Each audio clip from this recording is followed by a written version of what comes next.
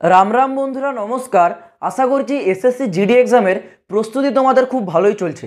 বন্ধুরা এসএসসি জিডিতে 2024 সালে তোমাদের কম্পিটিশন লেভেলটা কেমন থাকবে, অর্থাৎ তোমরা একটা পোস্ট পাওয়ার জন্য তোমাদেরকে কতজনের সাথে ফাইট করতে হবে সেটা তোমরা জানতে পারবে আজকের এই ভিডিওতে। সাথে সাথে আগের যে ভ্যাকেন্সিগুলো জারি হয়েছিল, অর্থাৎ তোমাদের প্রিভিয়াস ইয়ারের যে ভ্যাকেন্সি, সেই ভ্যাকেন্সি অনুসারে এইবারে তোমাদের কম্পিটিশন লেভেলটা কেমন থাকবে সেটাও তোমরা জানতে পারবে। তোমরা অনেকে এই বিষয়টা নিয়ে টেনশন করছো, বারবার তোমাদের মনের মধ্যে এই থট আসছে যে আমরা এইবার এসএসসি জিডির জন্য প্রস্তুতি নিতে পারছি না, এইবারে কম্পিটিশন লেভেল অনেক হাই মনে হচ্ছে। তো তোমাদের জন্য বলছি এই ভিডিওটা তোমাদের জন্য একটা গুরুত্বপূর্ণ ভিডিওটাকে অবশ্যই একটু টাইম দিয়ে দেখো। আমি তোমাদেরকে প্রথমত কম্পিটিশন লেভেলটা বলছি, তার আগে তোমাদেরকে বলে রাখি এইবার 2024 সালে তোমাদের এসএসসি জিডিতে ফর্ম কি রিজেক্ট হবে? অবশ্যই রিজেক্ট হবে। তোমরা যারা যারা ফর্মটা অ্যাপ্লাই করেছো তোমাদের অ্যাপ্লিকেশন স্ট্যাটাসটা একবার চেক করে নেবে।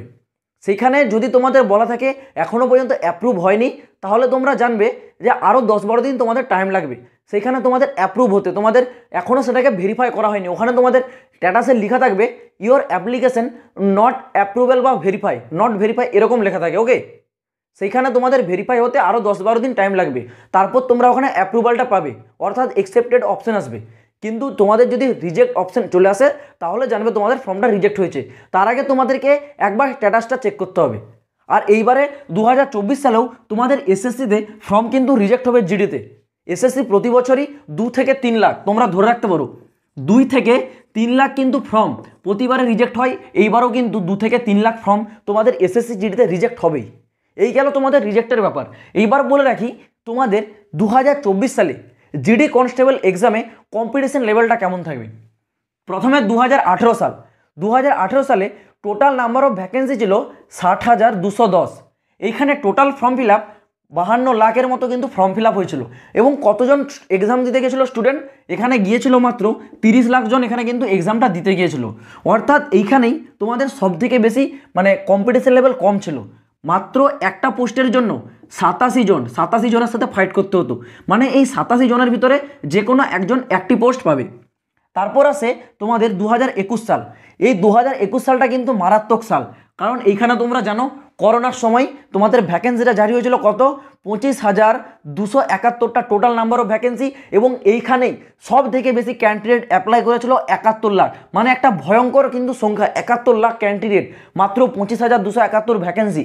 71 লাখ একটা ভয়ঙ্কর সংখ্যা। এই এতজন কিন্তু তোমাদের তখন অ্যাপ্লাই করেছিল। আর এটাই এসএসসির হিস্ট্রিতে সবথেকে বড় ফর্ম ফিল আপ। এই 71 লাখের মধ্যে 45 লাখ কিন্তু ক্যান্ডিডেট এক্সাম দিতে গিয়েছিল। এইবারই তোমাদের সবথেকে বেশি হাইয়েস্ট কিন্তু গিয়েছিল কম্পিটিশন। একটা পোস্টের পিছনে 270 জনকে ফাইট করতে হতো। 270 জনের মধ্যে যে কোনো একজন এই পোস্টই পাবে। তারপর আসে 2022 সাল, অর্থাৎ আগের বছর।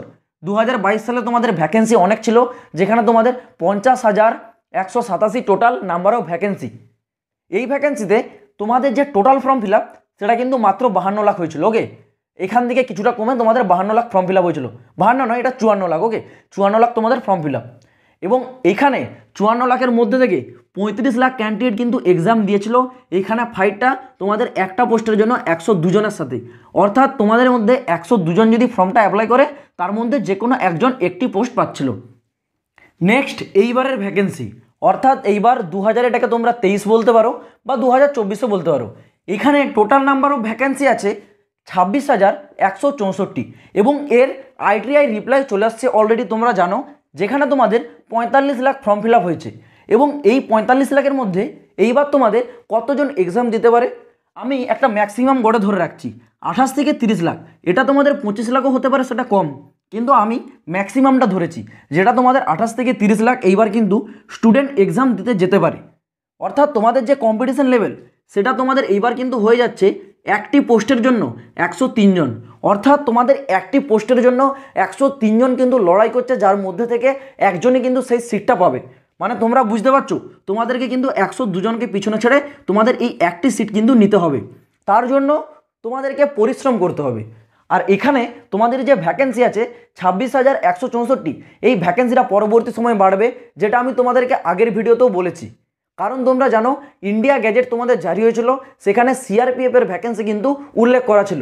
সেই সিআরপিএফ তুলনামূলক এখানে কিন্তু অনেক কম ভ্যাকেন্সি জারি হয়েছে, অর্থাৎ পরবর্তী সময় এই ভ্যাকেন্সিটা তোমাদের রিভাইজ করা হবে। তো তোমরা একদম টেনশন নেবে না, তোমরা তোমাদের কেবল প্রস্তুতির উপর ধ্যান দাও। আর এইবারে তো সেইভাবে দেখতে গেলে যারা ইউআর ক্যান্ডিডেট আছো তোমাদেরকে আমি আরটিআই রিপ্লাইটা দেখালাম আগের ভিডিওতে। তোমাদের জেনারেল ক্যাটাগরিতে এইবার কাট অফ কিন্তু অনেক কম যাবে তুলনামূলক ওবিসি কাট অফ কিন্তু এইবার কিন্তু ভয়ঙ্কর যাবে, ঠিক আছে? কারণ ওবিসিতে বেশি সব থেকে ফর্ম ফিল আপ হয়েছে, আর যেটা হচ্ছে ইউআর অর্থাৎ জেনারেল সেটা প্রায় এসটির মতো ফর্ম ফিল আপ হয়েছে। তো জেনারেলদের ক্ষেত্রে খুব বড় সুযোগ আছে এইবারে কিন্তু চাকরিটা নেওয়ার, কারণ তোমাদের জন্য ভ্যাকেন্সি বেশি কিন্তু তোমাদের ফর্ম অ্যাপ্লাই সংখ্যা কম হয়েছে। এসএসসি জিডি রিলেটেড প্রতিটা লেটেস্ট আপডেট আমি তোমাদেরকে টাইম টু টাইম পৌঁছে দেবো। চ্যানেলটাকে তোমরা অবশ্যই সাবস্ক্রাইব করে রাখো। তো চলো বন্ধুরা, দেখা হচ্ছে আবার পরের ভিডিওতে নতুন কোনো আপডেটের সাথে। জয় হিন্দ, বন্দে মাতরম।